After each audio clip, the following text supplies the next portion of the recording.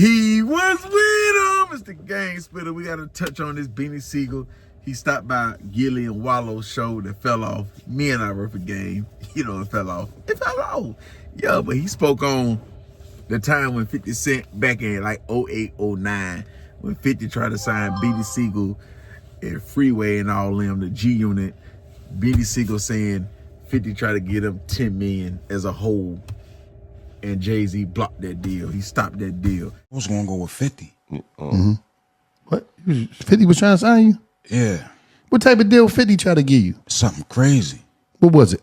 If I can remember, it was something like, I don't know, probably around like 10 million. Damn, like 50. That. Not me per se to myself, but he had everything structured. Man, I was in the feds with his uncle. So we used to, we had a couple visits. We used to sit at the same time, and his uncle would go out and make sure we sitting next to each other. I could talk to 50. Roc-A-Fella dissolved. So 50 was going to be my a Beanie Sigel album. It wasn't no more company. If I could have got Freeway, and I think he said Chris and Neef, but it was going to be a state my single album, Freeway album, State Property G Unit album, me and 50 album. It was like 5 albums, but the deal was structured like probably like 10 million. Same thing Mace did. Diddy did with Mace. When 50 tried to sign Mace, he stopped the deal. Soulja hated. But I gotta bring the flashback. I'm gonna run it back down on how everything took place with that Beanie Sigel G Unit deal, right? And why it didn't happen and what was going on and what led up to that deal, right? So Beanie Sigel, we all know Beanie Sigel came around Jay-Z. He really kind of took off Hard Knock Life Volume 3 around that time. He was on tour. Like he told you on the interview, he ain't have a whole bunch of songs, 6 songs. You know, he was like Game. Beanie Sigel had good flow. He had bars, but he didn't know how to write a song. So his raps would be 100 bars, 200 bars, 50 bars, 300 bars. He just writing. Same problem 50 had. Before he met Run DMC, J Master J and them, he used to do the same shit, write 50 bars, 100 bars, just keep writing. Didn't know how to put the bridge over here, hook over there, 8 bars, 12 bars, 16 bars, but the raps were so good, it got him the deal, right? So let's jump from the albums, right? Truth, that did pretty good. It went gold. So like any other record label that like success, that like gold albums, platinum albums, if you ain't got a lot of other platinum artists on your label or gold artists on the label, what you want to do, you want to double back with the artists that went gold, and maybe next time it'll go platinum. So we got the Truth, and they're going crazy with all the hit records. Then they double back with the Reason, right? But the Reason didn't do as good as the Truth, because this is when, in between them 2 albums right there, this is when Beanie Sigel, he becomes the Black Youngster. What Black Youngster was for CMG, Beanie Sigel was that first for Roc-A-Fella, which is the cleanup man, the fall guy for all the beefs, the fall guy for all Jay-Z problems. Like Youngster was taking on all Gotti beef. That's what Beanie Sigel did. So really, the battles that Jay-Z would have lost, probably Jada Kiss and them, Styles P and them, they ready to go crazy on Jay, because they don't really feel like he like that. Jada and Styles really know Jay and them ain't really like that when it comes to the bars and shit like that. When it comes to like rap beef, he ain't really one of the ones like that. You understand? Like he got the little Nas song he did and all of that, but he ain't really know. He ain't never destroyed nobody's career as far as like this song ended the boy career. He ain't never done that. He ain't got no bodies under his belt really. You know, he got people careers he stopped, but he ain't got no body as far as like this rapper was at the top of the game, and then because Jay-Z beefed with him and he dropped that diss song and he made the whole world turn it. He ain't got that. He ain't got no Ja Rule hat.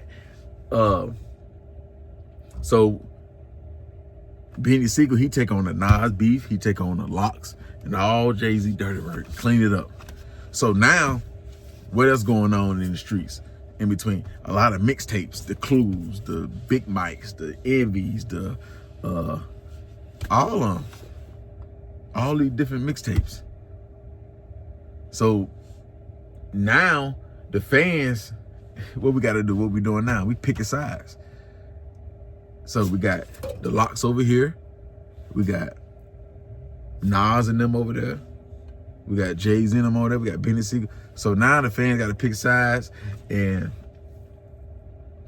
it make, with Beans taking on all the beef, it make the fans kind of fall in love with the mixtape scenery more so of the hit records. And then Beanie Sigel, he kind of get out of that hit record bag and go to the street bag, the DVD come up, smack DVD era, mixtapes every week, every other day. He jump into that lane. So now all the fans want to hear all the mixtape shit, not the album shit. So when the Reason come out, it don't do good. And when you with a company like Roc-A-Fella and they got all these big giants looking at them, your artists just flop. So that's not a good look for the brand, for the company as a whole. So now Jay looking at Beans like, maybe he not that guy. So that album don't do good. So that's disappointing. And Jay-Z looking at Beans like, I don't think he gonna shake back. He already looking like, I don't think he gonna. They like you for the mixtapes. They like you for more so beefing than club records and big bangers on the radio. I see where this train turning. It's not turning for #1 on the Billboard, #2 on the Billboard, platinum selling, double platinum, triple platinum. It's turning mixtape artist of the year type of artist. Yeah, that's what Jay-Z probably seen the train turning from top of the charts to just those mixtapes. He could get nominated for that and win an award or best diss track. So now, a year or two passed, or a year or something. Now, Dame Dash and Jay-Z, they start bumping heads. And then Beanie Sigel, he started getting locked up. He started catching all these cases. So now you got two issues. You got an artist that keep going to jail, so you're high risk, and you're not selling records. Because back then, if you didn't sell 500,000 or something close to that, 450,000, 400,000, then it can ease up to go, you failed. So all that 100,000, 30K, that shit was a flop. So if you ain't do 500K, it was a flop. Now, if you did 300, 400K independent, you did good. But 500K on the major was a flop. So you got that. So when the company split, Dane went over here, Jay went over there. You got Beanie Sigel, he fighting all these cases. And now Beanie Sigel, he see the split, but he don't get to choose. He don't get to say, man, I want to be down with Dame. Man, I want to be down with Jay. They force him to be over there with Dame. They force him, so he got to roll with Dame. So he do a deal with Dame, he get a bag. I think he get like $250,000 or something like that. But see, he didn't build up all these charges and he got all these lawyer fees. So now he get a bag from the label, he get that first check, and that's all he probably gonna get. He gotta get all that money to the lawyers, cause Philly or New York, whatever, up north, them lawyers there through the roof with the cost. So all that money, 200K, 300K, gotta go to the lawyers. You understand? So this when Beanie Sigel, he come out with that album called The Bee Is Coming. I think, yeah, The Bee Is Coming. That album with Feeling in the Air on it. So even though that song throughout the years, you know, we like that Feeling in the Air, it was a hit record, but it didn't push that. When that album came out, it flopped again. That song, it wasn't a lot of marketing behind that album. He couldn't really tour. He couldn't really promote it the right way. I think he was locked up or something. But I remember because I bought the album, the real copy, and it wasn't a lot of marketing behind it. They had that good song on it, Feeling in the Air and all that shit, but it wasn't the one that take it to the charts and push it to sell 400,000, 500,000. It flopped once again. And now Beanie Sigel, he locked up. He in the feds. He in the same prison with 50 Cent uncle. 50 Cent uncle at the time, when 50 coming to the prison and seeing Beanie Sigel, 50 Cent uncle already done 16 years. He done did a 16 ball. You understand? So 50 coming out, he's shutting it down. This round of time when 50 selling, he done went diamond twice. He done sold 12 million, 10 million here, 12 million there. So he really got New York on lock. He can do what he want to do. So the reason why Beanie Sigel started kind of applying pressure to Jay-Z, because he really wanted Jay-Z to do what 50 Cent was doing for his uncle. Dang wasn't getting that from Jay. I mean, I'm tripping. Beanie Sigel, he wasn't getting that from Jay. He wasn't getting that love that 50 Cent uncle was getting. So if you Beanie Sigel and the whole prison know you signed to Roc-A-Fella, Jay-Z and them, they don't understand the split at the time.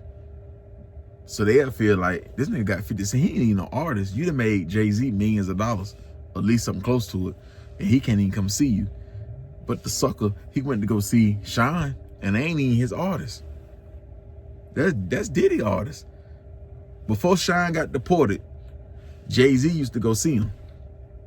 The only person from Roc-A-Fella that seen Beanie Sigel tripping was Dame Dash. Dame Dash went to go see Beanie Sigel and get him can, but Jay, he felt like he was too good. I think Jay was already like, I'm done with Beans. I'm just gonna leave him on the label because you fucked my face card up, you fucked my money up, or your albums didn't do what it's supposed to do. And then by this time, you probably already saying little slick shit about Jay, and it's getting back to Jay. You know how many D riders Jay-Z had? So anything you say about Jay, whether it's you say it to your partner, it's gonna get back to Jay, because he gonna tell somebody and it's gonna get back to Jay. Jay just not gonna let you know he know what you said and shit like that. So he just gonna make you suffer. Jay like to make people suffer. He like to have the control so he can make you suffer when shit don't go how it's supposed to go. So Beanie Sigel, he get out. He started going at Jay. 50, while they in jail, 50 talking to Beanie Sigel at times. They sitting at the table and they talking about bringing Beanie Sigel over to G Unit alongside a Freeway, Young Guns, State Property album, all that shit there. They even do a couple records. 50 used to jump the gun and go ahead and make records with these dudes. So he made records with Freeway. He made records with Beanie Sigel. But when he did the one with Beanie Sigel, they thought Beanie was going at Jay-Z on the song. Right? But he really wasn't. So yeah, they come out. Beanie Sigel come out. 50 bringing Beanie Sigel out on the shows, the concerts and shit like that. Bringing them on This Is 50. Stuff like that. Jay ain't like that. Because what's trash to Jay-Z, or what's trash, meaning they done with y'all, to P. Diddy, 50 can bring it over to G Unit and still make it go. Because 50 is hands-on with artists. So he felt like, I know what he need. He just need somebody to be right there beside him. And then if somebody right there beside him, the audience, the consumer, feel like, okay, it's okay for us to spend $20 or $16 on this project or support this project. 50 Cent stamping it. Jay, you can sign a Roc-A-Fella, and if he ain't really on that rap shit right now, or he ain't really on pushing artists, you on your own. Or if you already done failed, you on your own, like, or you'll just be sitting. Same thing with Diddy. Diddy will work with you and be side by side with you if you the hottest thing. If you ain't the hottest thing, he ain't doing. You can't be lukewarm. But 50, he'll do that. He'll take an old group like MOP or Mobb Deep and push his records to the side and push the artist he just signed. We seen him do it. He was supposed to drop, I'll whip your head, boy. You know that I will. He didn't. That was supposed to be the second single for Get Rich or Die Trying soundtrack after Hustle and Ambition. But Mobb Deep came and he pushed Out of Control remix and Have a Party with Mobb Deep. When he's supposed to have been pushing I Whip Your Head, Boy. Then he pushed Window Shopper and put Mace in the video, because Mace had came when he's supposed to be pushing I Whip Your Head, Boy. Or when he with Game and he's supposed to kept Hated to Love It and How We Do, he's supposed to kept that for himself. Same thing he did for Tony Yayo was so Seductive. These 50 Cent records, but he gave it to, you understand? So these records that he could have put on The Massacre, and it would have sold even more. But he gave it to see, Jay-Z ain't gonna do that. Jay-Z not gonna push his album back and bucket the labels and give his artists that he's just signed, whether they got a name they built already or they're a new artist, and give him and get an artist these records and push that. He ain't gonna do that.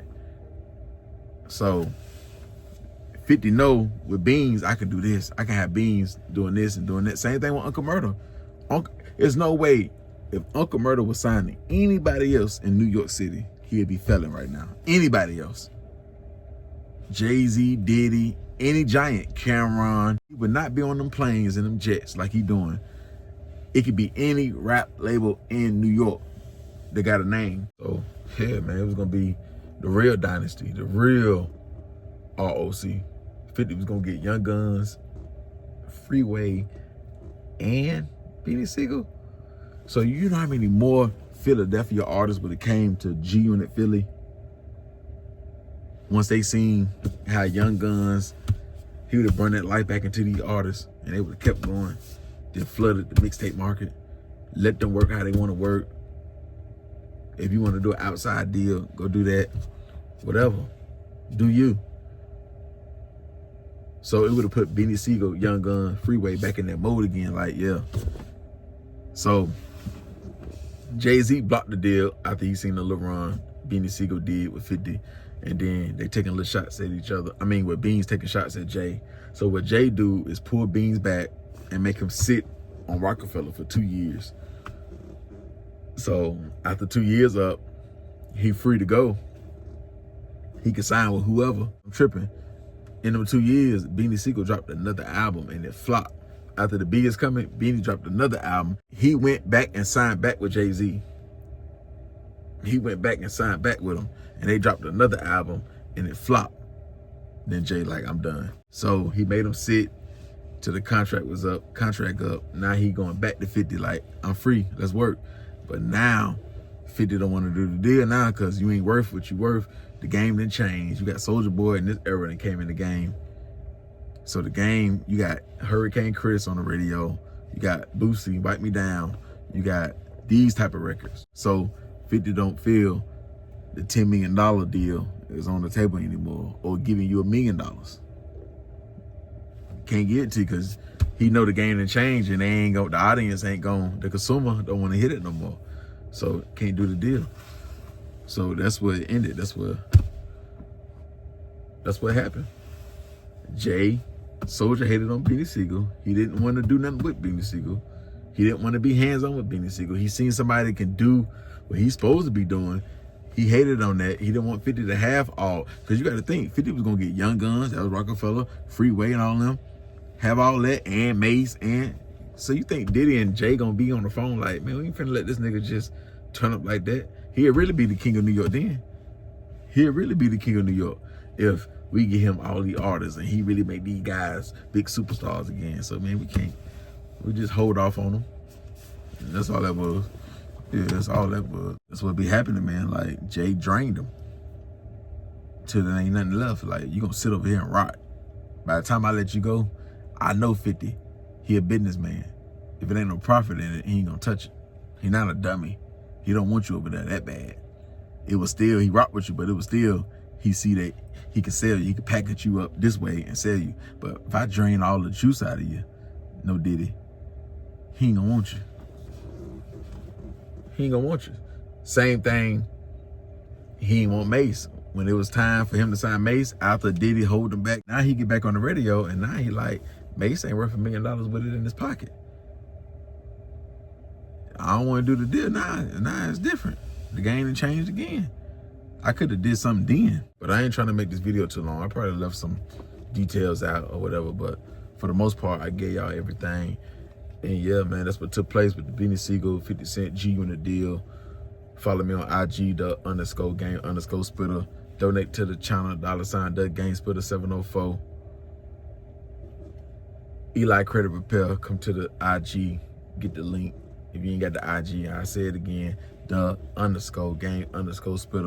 Backup channel, he was with him. Gone.